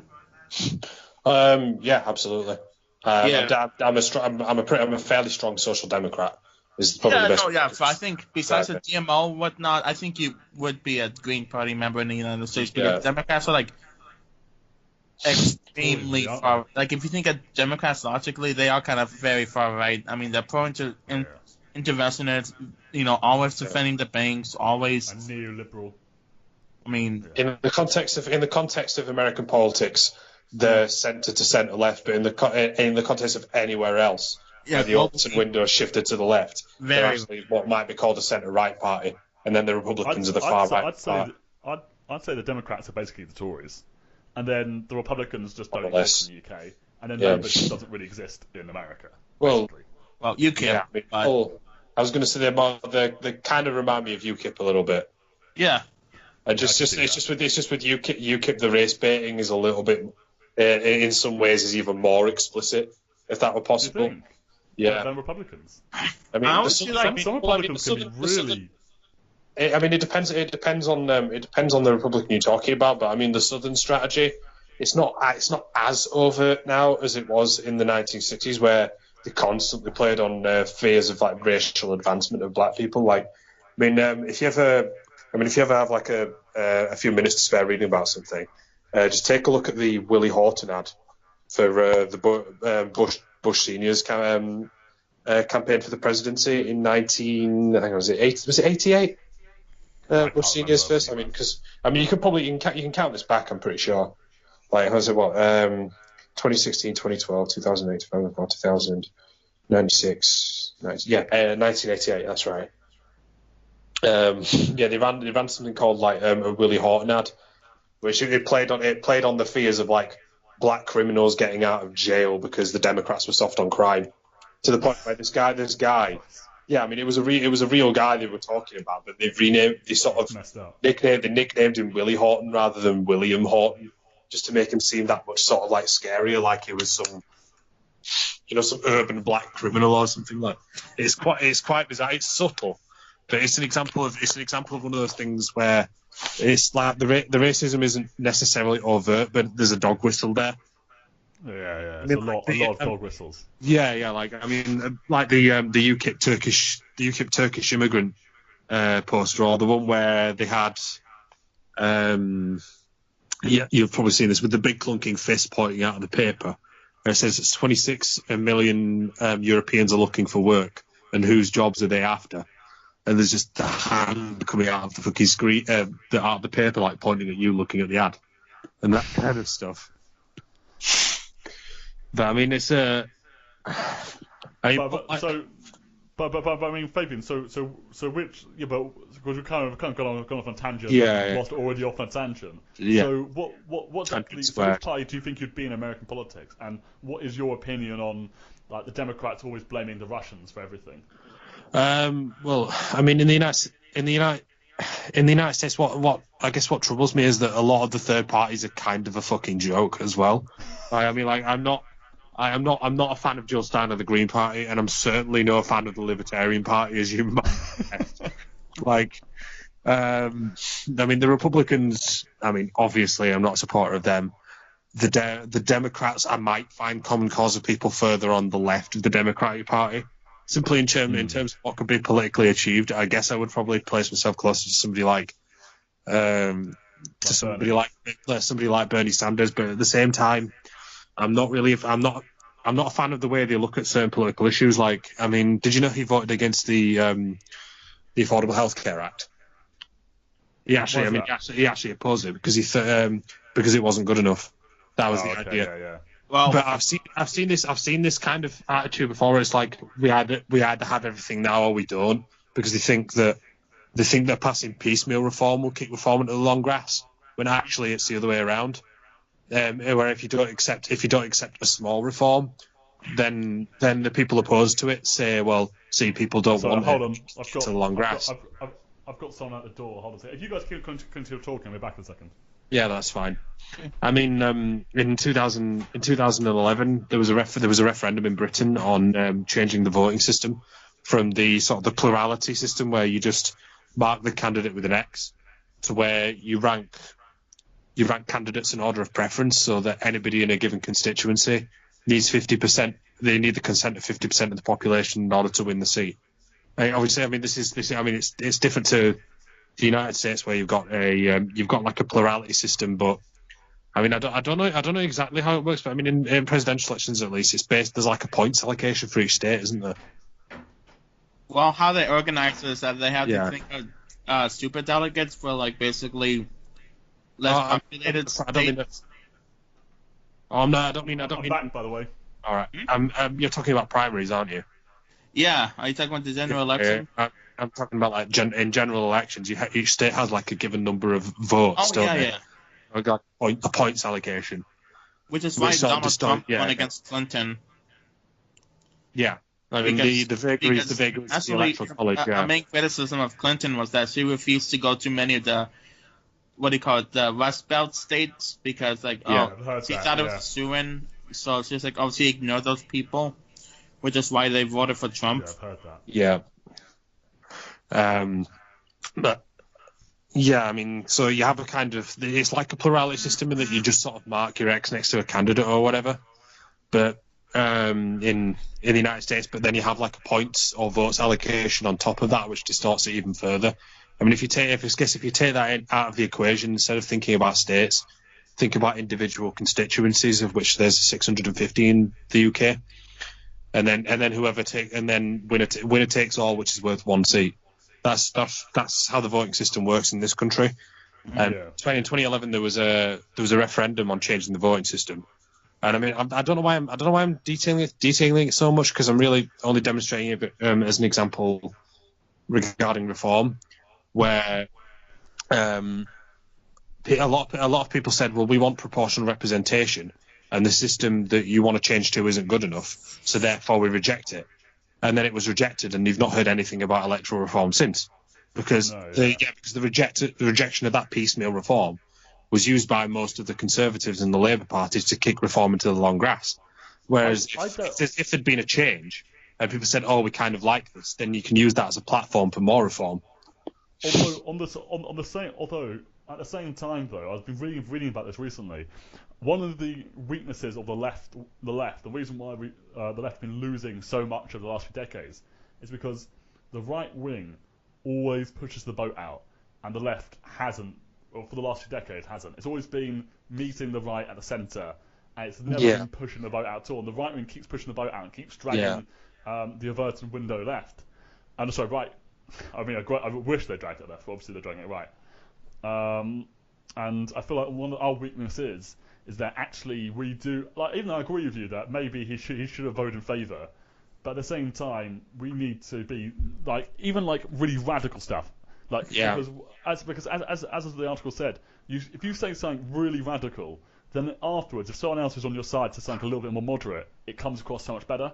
Because that's essentially what the right's been doing. You have libertarians and nationalists and all that coming out of this bonkers stuff. But then when another right-wing guy comes out, for example, Trump says something, and then you get, which is bonkers, and then you get a right-wing, another Republican who's more of a moderate conservative, and he'll come out and he'll say something which actually comes across much better now. He'll be like, oh, actually, we, I can't think of a specific topic off the top of my head, but, for example, a libertarian might call for and you could get these guys in Republicans Paul Rand. Is his name Paul Rand? Rand Paul. Rand Paul. He's the son of Ron Paul, who named him after Ayn Rand. Did they? Oh my god, that is disgusting. Isn't it? Yeah, I know. But yeah, so he'll say something people like him would be let's abolish all taxes, which is insane. But then when another Republican comes along and says, actually, how about we just reduce taxes a little bit?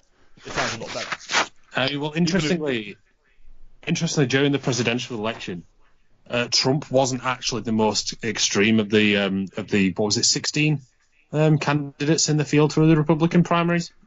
I think it was 16. I'm not entirely sure. I mean, there's a myriad number of them, so it's difficult to actually keep count of precisely how many. But he was not actually the most extreme candidate. Ted Cruz was. Yeah, I heard that. Wasn't it? Isn't Gustavo? You probably know more about this than us, but isn't Ted Cruz actually really quite extreme? Oh yeah, I mean, he's I'm actually surprised he didn't win, because he's basically the Hillary Clinton of the Republicans, if you think about it. He's very establishment, basically. Whatever the donors want him to do, he'll do it. Yeah. And he has really no. And also, a thing about him is that his father was actually a Cuban immigrant from Cuba who came to Canada. So, Well, Ted Cruz is Cuban. He doesn't look it. Oh yeah, his father came over in the. Yeah, his father came over in the 90s. I think he was working for the Batista either his father or his grandfather, but one of them was working for the Batista government, actually, which is why they left. Doesn't surprise me. Nah. If Ted Cruz was in Cuba during Batista, like I think he'd be a member of that government, like no issues with it. Like, I don't know why. It's funny though. I laugh when I think of Ted Cruz. Can you imagine though? Well, his father did come over in the 1960s. I mean, if we ignore the fact that he was born after the killings, we could pretend that he's the Zodiac killer. That's he the thing, though. Zodiac I think killer. Trump came up with that conspiracy theory because what they're saying is that because JFK wasn't very helpful with that was Trump. And that they killed him. Wait, that was Trump. I thought it was just a joke. No, Trump actually thought that. Trump said that Ted Cruz was a Zodiac killer. No, wait. Ted Cruz's father was a Zodiac conspiracy killer. Theory. Hold on. That's another conspiracy theory from Trump. Oh, yeah. That Ted Cruz's father killed JFK. Because he saying that Ted Cruz's father knew Lee Harvey Oswald.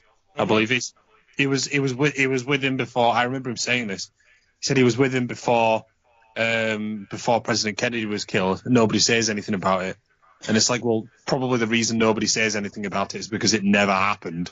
we see that's always the issue with like conspiracy theories and stuff like that. Yeah. It's always on the people not defending it to come up with all the proof. But it's like you can't have proof of something that's like that never happened. Like, you know, if I went and said that aliens went and met, Trump, and then if you're going to say no, it didn't, and I was like, well, prove it they didn't. Well, that's impossible, isn't it? It's unfalsifiable, yeah. I mean, a lot of them take the form where, I mean, obviously, even though the burden of proof is on the claimant, it's like if you can't produce evidence for it, well, that's only further proof of the conspiracy because that means there was a cover-up. Say circular reasoning, you can't win. It's like the X is true, and if anything contradicts X, well, that's because people are lying. Therefore, X is true. Absolutely. That's not how. Like if any experts come out, conspiracy theory is like that.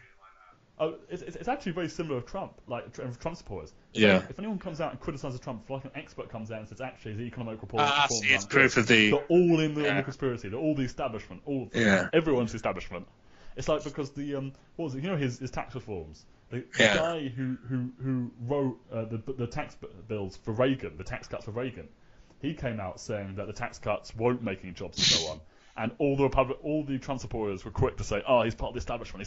He's a Hillary shill." Is this Laffer of the Laffer Curve fame that you're talking about? I don't know what his name is, but I know he's come out and he's changed his opinions completely from what it used to be, which is quite brave to come out and say that your biggest accomplishment was a mistake. Yeah, he's an economist, isn't he?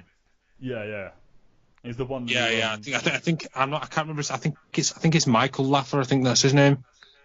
I'm not 100%, but he's known for the Laffer curve, which has kind of become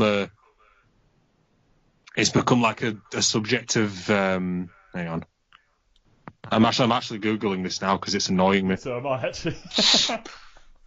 Arthur Laffer. The Laffer curve is like. It's very much promoted by the right wing, isn't it? Yeah, yeah. I mean, I knew what the Laffer curve was. I just wanted to know his first name. Yeah, Arthur Laffer. I mean, the idea is that it shows a relationship between tax rates and the amount of revenue that a government gets from tax, but it's always used as a justification to cut taxes. That's the thing. It's always. And I mean, it's kind of gotten away from Arthur Laffer himself. Like to the point where I mean he ends up actually supporting like tax rises, which tells you how far like the political conversation has shifted right since the Reagan era. I mean his economic policy could actually sort of be described as almost like military Keynesianism. Oh yeah. Well, the American economy is maintained through military Keynesianism. If America stopped the wars and stopped buying heavy American equipment all the time, they'd probably go into recession because there isn't much other demand in the American economy anymore. I mean, workers have like some of the lowest wages in the West.